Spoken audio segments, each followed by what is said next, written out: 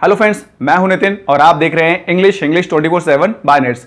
दोस्तों, इंग्लिश याद करना नहीं, इंग्लिश में बात करना सीखिए।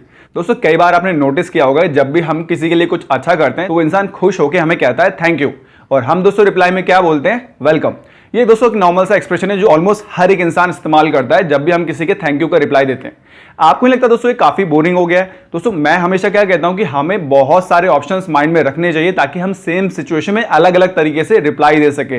जरूरी नहीं कि हर बार सिर्फ हमें वेलकम ही बोलना है। आज की वीडियो में दोस्तों मैं आपको ऐसे ही कुछ अलग तरीके सिखाने वाला हूं कि अगर आप किसी को रिप्लाई में वेलकम बोलना चाहते हैं तो किन किन तरीकों का आप इस्तेमाल कर सकते हैं और अपने एक्सप्रेशन को नए तरीके से एक्सप्रेस कर सकते हैं।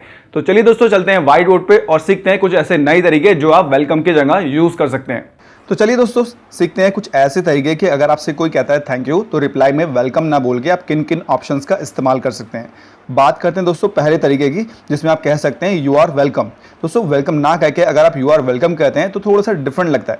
आप खुद सोचिए, अगर हर इंसान सिर्फ वेलकम ही बोल के ग्रीट करेगा तो जो सुन रहा है उसे भी एक आदत सी लग जाती है, और जब आप कुछ नए तरीके से रिप्लाई करते हैं तो वो थोड़ा सा खुश होते हैं कि चलिए किसी ने तो मुझे कुछ नया रिप्लाई दिया। तो वेलकम ना कह के आप कह सकते हैं यू आर वेलकम।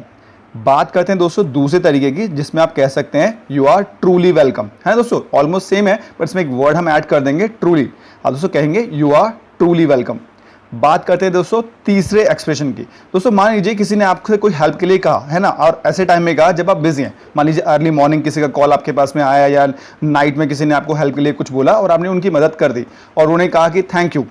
दोस्तों, आप रिप्लाई में क्या बोलते हैं? Any time. इट मीन्स आप उन्हें ये शो कर रहे हैं कि भैया आपको जब भी मेरी मदद की जरूरत पड़े तो मैं हर वक्त ऑलमोस्ट आपके लिए रेडी हूँ। है दोस्तों, अब सोचिए अगर मैं यहाँ भी वेलकम ही कहूँगा तो सिचुएशन के हिसाब से तो वो मैच नहीं करेगा, क्योंकि एक इंसान मुझे थैंक यू इसलिए कह रहा है कि मैंने कुछ ऐसे समय में उनकी मदद करी जब कोई उनकी मदद नहीं कर रहा था, यानी कि अर्ली मॉर्निंग उन्होंने मुझे कॉल किया और फिर भी मैंने उनकी मदद की। तो इसलिए आप रिप्लाई में एनी टाइम बोल रहे हैं कि कभी भी, आई मीन किसी टाइम भी आप मेरी मदद के लिए मुझे कॉल कर सकते हैं। तो आपने क्या कहा दोस्तों? Any time.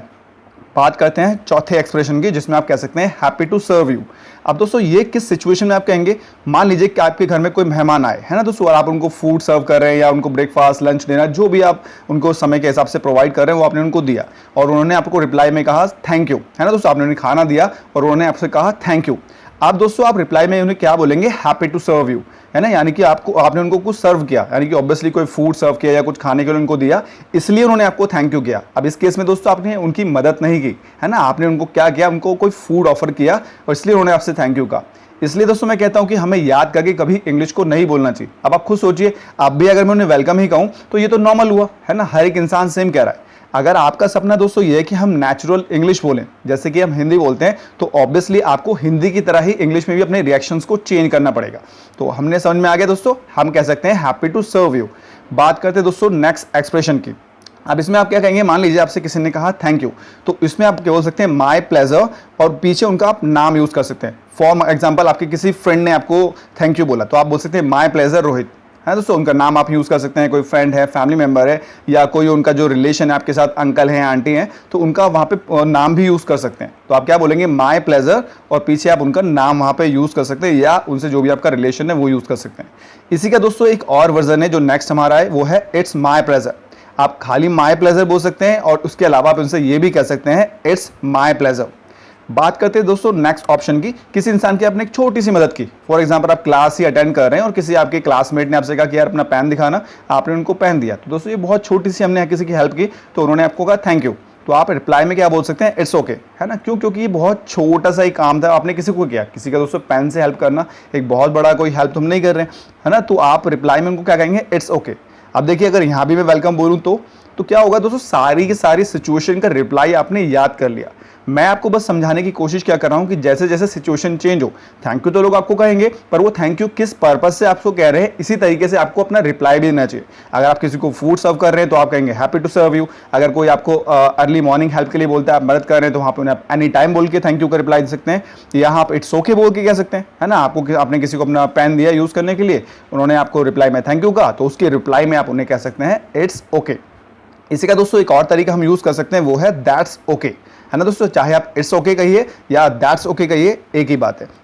बात करते हैं दोस्तों नेक्स्ट एक्सप्रेशन की, जिसमें आप बोल सकते हैं दैट्स ऑल राइट। है ना दोस्तों, ये भी सिंपल सा एक एक्सप्रेशन है। अगर किसी ने आपसे मदद के लिए कहा और आपने उनकी मदद कर दी और उन्होंने आपको कहा थैंक यू, तो आप रिप्लाई में उन्हें क्या बोल सकते हैं? That's all right. है दोस्तों, बात करते हैं नेक्स्ट ऑप्शन की, जिसमें आप कह सकते हैं दैट्स एब्सोल्युटली फाइन, है ना दोस्तों। मान लीजिए कोई इंसान है वो बहुत ज़्यादा ही खुश हो गए आपकी मदद से और बार बार आपको थैंक यू कह रहे हैं और बहुत ज़्यादा आपको, है ना दोस्तों, कह रहे हैं कि आपने मेरी मदद करी और बहुत ज़्यादा आपको थैंक्स बोल रहे हैं, तो आप रिप्लाई में उनको बोल सकते हैं दैट्स एब्सोल्युटली फाइन।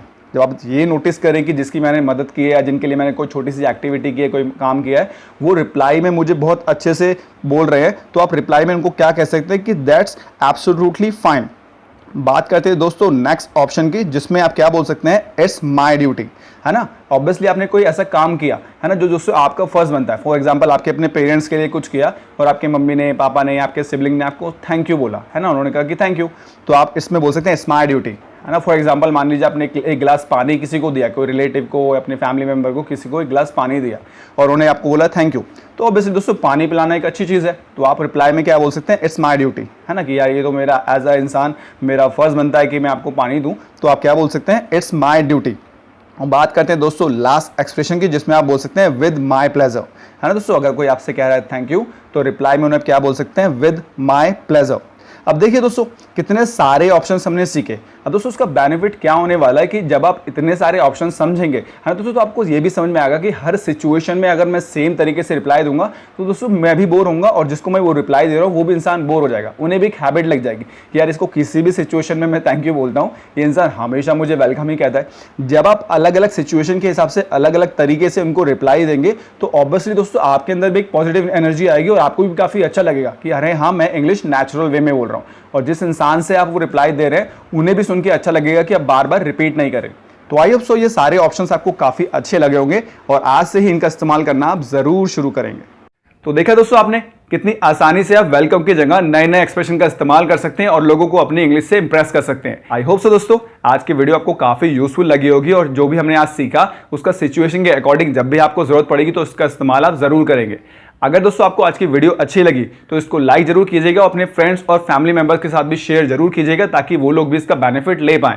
अगर दोस्तों आपको मेरे चैनल से कुछ भी बेनिफिट मिल रहा है तो प्लीज़ मेरे चैनल को सब्सक्राइब करना भी मत भूलिएगा, जिससे आने वाली वीडियोस के नोटिफिकेशन आपको टाइम टू टाइम मिलते रहे और कोई भी यूजफुल वीडियो आपसे मिस ना हो। मिलते हैं दोस्तों नेक्स्ट वीडियो में एक नए टॉपिक के साथ में, तब तक के लिए बाय बाय।